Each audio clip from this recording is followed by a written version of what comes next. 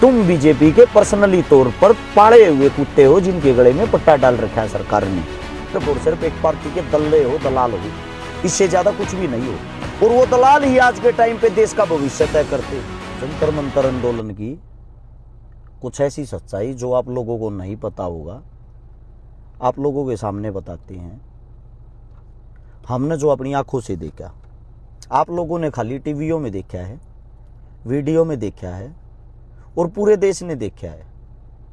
वहां पे लाठीचार्ज हो रही थी, बहुत बारीकी की बहुत सारी चीजें। आज पूरा का पूरा जो देश है वो आक्रोश में है। दुश्मन भी ये कहने लग रहा है भाई बहुत बुरा हुआ, ऐसे नहीं मारना चाहिए था। चलो आदमियों को मारो, बच्चों को मारो, लेकिन एक औरतों को, छोटी छोटी बच्चियों को नहीं पता हो तो आप लोगों को बता देता हूं। लगभग एक तो 2 साल की छोटी सी मासूम थी, उसको भी लठ लगे हैं। एक पिता सिर पे बैठा रहा था। दूसरी चीज, बहुत सारे लोगों को ये रहता है थारा लठ क्यों ना लगे भाई, थारा ये क्यों ना। हम भी 100 बार पिट लिए भाई, 1-2 बार नहीं, 100 बार पिट चुके हैं। 100 से ज्यादा बार पिट चुके हैं। लेकिन फर्क इतना हो, पिटने वाली चीजें हम ज्यादा दिखाते नहीं कभी, तो इसका मतलब हम पिटे ही नहीं है। यह हमारे लिए ये आंदोलन पहली बार था। बात करते हैं आंदोलन की सच्चाई की, वहां के हालातों की। लगभग 10 लाख आदमियों की भीड़ थी, कई किलोमीटर दूर तक भीड़ थी, जो जिसको टीवी वाले दिखाई नहीं रहे थे। मेन चीज, इस देश के अंदर सब परेशान है। हर कोई मरेगा जो चुप रहेगा, ये पहले भी बोला था। नंबर सब का आएगा। कभी कोई ये सोचता हो मैं गौ भगत या अंध भगत या और कुछ बन के मैं चुप हूं। तुम एक पार्टी के चाहने वाले हो, देश के चाहने वाले नहीं। तुम बीजेपी के पर्सनली तौर पर पाले हुए कुत्ते हो जिनके गले में पट्टा डाल रखा है सरकार ने।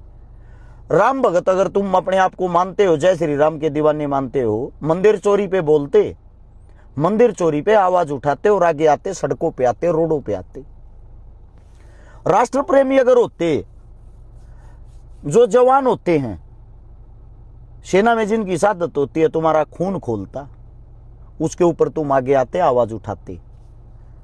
अगर तुम हकीकत में गो प्रेमी होते, गौ माता के लिए हमने हर एक मुस्लिम के मुख से आवाज निकलवाई थी।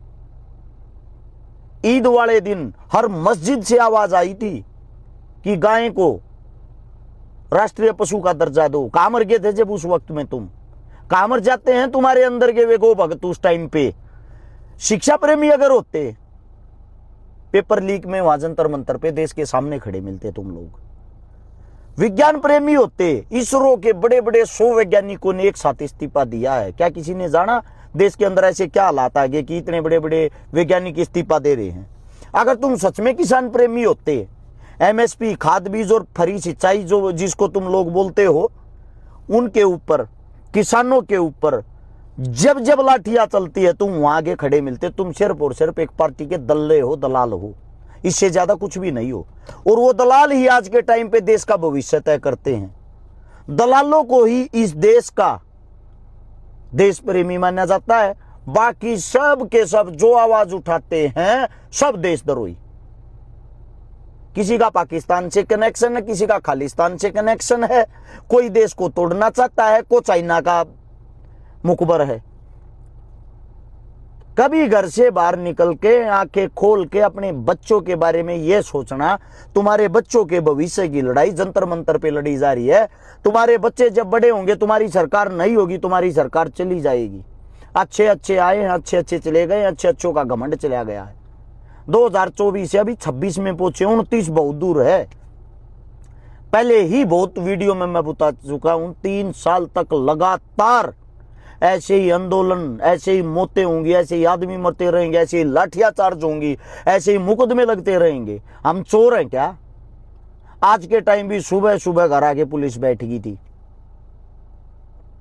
कल है, कल अगर जंतर मंतर पे जाने की बोला, 9 टीमें पुलिस की अलग अलग घर के बाहर आई थी। आतंकवादी थोड़ी हैं हम, अपने बच्चों के भविष्य के लिए ही तो जा रहे हैं।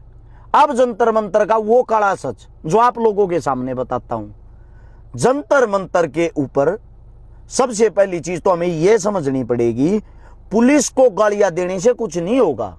लाठी पुलिस ने नहीं मारी, सरकार जब सरेआम दबाव डाल के ये बोल देती है साले कितने भी मर जाएं, कितनी मौतें हो जाएं, कितनों के सिर फट जाएं, कुछ भी हो, लेकिन संसद तक आने के लिए इनको रोको, जो मर्जी नुकसान होता हो। जब ये गृह मंत्री की तरफ से एक संदेश मिल जाता है उच्च अधिकारियों को और साथ में ये बोला जाता वरना तुम्हारी नौकरी खा जाऊंगा, तो उस टाइम पे अफसर करेगा क्या? अफसर अपने इंस्पेक्टरों को, सिपाहियों को, डीएसपीओ को एक ही आदेश देगा, सीधा मारो, हमारी नौकरी की ऐसी तैसी हो जाएगी। इससे आगे आदमी नहीं जाने चाहिए, बंदा नहीं जाना चाहिए संसद तक। फिर उन्होंने आंखें बंद करके लाठीचार्ज किया है, किसी को कहीं लगे, किसी के सिर में लगे, किसी के हाथ पे लगे, किसी के गुप्तांग पे लगे, कहीं भी लगे। बहुत गणे तो ऐसे ऐसे खलनायक थे जो वर्दी में भी नहीं थे, जिनके हाथ में पुलिस वाले डंडे थे और उन डंडों से औरतों की गलत गलत जगह पे उन डंडों का इस्तेमाल कर रहे थे। देश का दुर्भाग्य ये है। और फिर भी इस देश की जो जनता है, जो अंधभगत हैं, वे कुत्ते ही कहूंगा, तुम कुत्तों के लायक हुई हो। कुत्ते पूछ हिलाते मालिक के घर के बाहर, फिर भी पूछ हिलाकर उन लोगों को गलत बता रहे हैं। लगभग 10,000 आदमियों को लाठियां और चोटें लगी हैं। 10,000 कितने होते हैं ये भी बताया जा रहा है। पुष्टि जो हुई है लगभग 2 मौतें हुई हैं। दिखा रहा कोई टीवी चैनल, ढूंढ रहे हैं पाकिस्तान से इनका कनेक्शन की जांच हो। बड़ा मुद्दा ये नहीं है अभिजीत दिब्के कहां से आया है, कौन सी पार्टी के साथ जुड़ा हुआ है, कॉकरोच पार्टी क्यों बनाई, कॉकरोच पार्टी का क्या उद्देश्य है। बड़ा मुद्दा ये है लड़ाई हकी लड़ रहे हैं।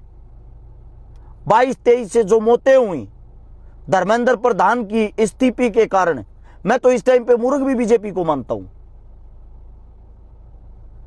इस्तीफा दे देना चाहिए। धर्मेंद्र प्रधान बीजेपी से बड़ा थोड़ी है। नंबर पार्टी का आएगा, देख लेना, ये गलती बहुत भारी पड़ेगी। 2013 में आप लोगों को नहीं पता हो तो उस टाइम पे भी एक बहुत बड़ा आंदोलन हुआ था। अन्ना हजारे जब भूख हड़ताल पे बैठा था, जो आजकल मौन रहते हैं, उसी के कारण बीजेपी आई थी। उसी आंदोलन के कारण जिस लड़की का उस टाइम पे जो रेप हुआ था, इतनी बार्बरता से उस लड़की को मारा गया था, जिसके कारण उस टाइम पे भी सेम काम कांग्रेस ने किया था, लाठीचार्ज करके अपनी ताबूत में आखिरी कील ठोकी थी। वही काम कल की डेट में मोदी ने किया। जलियांवाला बाग हमने देखा नहीं था, सुना था, लेकिन कल हमने अपनी आंखों से जलियांवाला बाग देखा है। आज 21 तारीख है। आज ट्रेड डील को लेके किसानों को खत्म किया जा रहा है, किसानों को अमेरिका के हाथों बेचा जा रहा है। उस पर रोक लगाने के लिए किसान अपने घरों से निकल के अलग अलग संगठनों में दिल्ली जाना चाहते थे, सबको होम अरेस्ट कर लिया। हमारे घर भी पुलिस आई थी, सुबह सुबह ली थी होम अरेस्ट करने के लिए। हमने सीधे साफ शब्दों में बोल दिया था, आप लोग परेशान मत हो, हम जहां भी जाते हैं डंके की चोट पे जाते हैं, खुल के बोल के जाते हैं।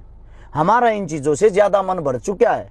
अब हम लोगों को देखना चाहते हैं घर बैठ के, लोग कहां तक जागरूक होते हैं। हमारा तो मतलब गले में कैंसर होने वाला है भोक भोक के लोगों की, तब तो समझ में नहीं आई।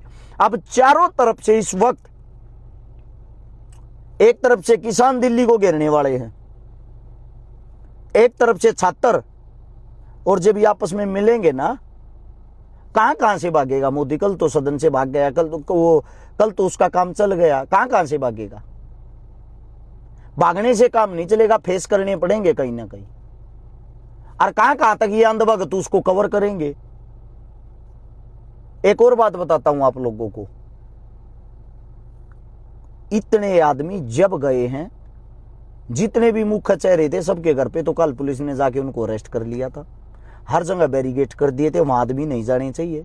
मेट्रो स्टेशनों में आदमी रोक दिए थे, रेलवे को बंद कर दिया था, रेलवे पूरी लाइन को, मेट्रो रेलों को बंद कर दिया था। वहां जाने वाले हर एक साधनों के रूट डाइवर्ट कर दिए थे। जब इंसान इतने गए थे वहां पे, क्योंकि आग सबके दिल में लगी हुई है, दर्द सबको है, बस वो दिखता नहीं, फर्क इतना है। दूसरी बात, वहां के हालात बताता हूं, मैंने इतना जुनून पहली बार देखा है। कभी जंतर मंतर गए होगे, मुश्किल से मुश्किल वहां पे 2-3 बाथरूम है जंतर मंतर पे, छोटे छोटे। एक बाथरूम में एक साथ 4 से 5 आदमी वॉशरूम जा सकते हैं, ज्यादा से ज्यादा। वहां पे इतने लाखों आदमी होते हुए कहीं फ्रेश होने की जगह तक नहीं है। जो हमारी मातृ शक्तियाँ, जो हमारी छोटी छोटी बेटियाँ, बच्चियाँ, स्टूडेंट, छात्र हैं, उनके लिए सबसे बड़ा जो दिक्कत है वो ये है, वो कहाँ बाथरूम करे, कहाँ फ्रेश हो। मैंने ऐसे ऐसे बच्चों को देखा जिनकी लेटरिन पेंट में ही निकली हुई थी। पता है क्यों? क्योंकि वहां भीड़ हद से ज्यादा, बाथरूम में उनका नंबर नहीं आता, बाहर कहीं बैठने की जगह नहीं है। सरकार को शर्म आनी चाहिए। एक ऐसा प्रोटेस्ट चल रहा है, कम से कम सरकार का फर्ज बनता उनके लिए पानी की, शौचालय की, इन चीजों की सुविधाएं की जाएं। ये सरकार का फर्ज होता है। हम इस देश के असली राजा है, जनता ही राजा है, जनता ही आप लोगों को चुनती है। लेकिन वो बात एक अलग है कि इस टाइम जो विपक्ष नाम की चीज है उसके अंदर थोड़ी सी भी ताकत नहीं है। विपक्ष की भूमिका जनता निभा रही है, जिसके कारण आप लोगों के अंदर इतना घमंड आया हुआ है। यही बात कहना चाहता हूं भाई, कब तक चुप रहोगे? नंबर सभी का आएगा, किसी न किसी बहाने से जरूर आएगा। दिखा दूंगा, कभी पुलिस पिटेगी, कभी फौज पिटेगी, कभी बैंक वाले पिटेंगे, कभी डॉक्टर पिटेंगे, कभी टीचर पिटेंगे, सबका नंबर आएगा, किसी को नहीं बख्शा जाएगा। ये मोदी सरकार है। अब भी नहीं जागते हो ना आप लोग? देश के अंदर अगर अभी भी 10,000 आदमियों को आप लाठियों से पीटते हुए, चोट खाते हुए देख रहे हो, पीटे तो लाखों थे, लेकिन 10,000 को जो चोट लगी है, ये बीजेपी की ताबूत में आखिरी कील ठोकने का काम करेंगी। सबसे बड़ा हार का कारण बीजेपी का यही बनेगा। यहीं से घमंड और अहंकार चलेगा। यही वे बच्चे थे जो मतलब अंधभक्त बने हुए थे, यही वे बच्चे थे जो मोदी के नारे लगाया करते। इन्हीं बच्चों की आंखें खुलने लग रही हैं अब। लेकिन कुछ अंधभक्त हैं ऐसे अभी भी, जो अपने घरों में बैठे हैं, वो ये मानते हैं थूक के चाटे कैसे। पता उनको भी है उनका बाप कर क्या रहा है, बस उनको थूक के चाटने की आदत अभी है नहीं। लेकिन चाटोगे बेटा, देख लेना, तुम लोगों को तो छुपने के लिए, लुकने के लिए जगह नहीं मिलेगी इस देश में। यही कहना चाहता हूं, इस देश को बचा लो भाई, इस देश को बचा लो।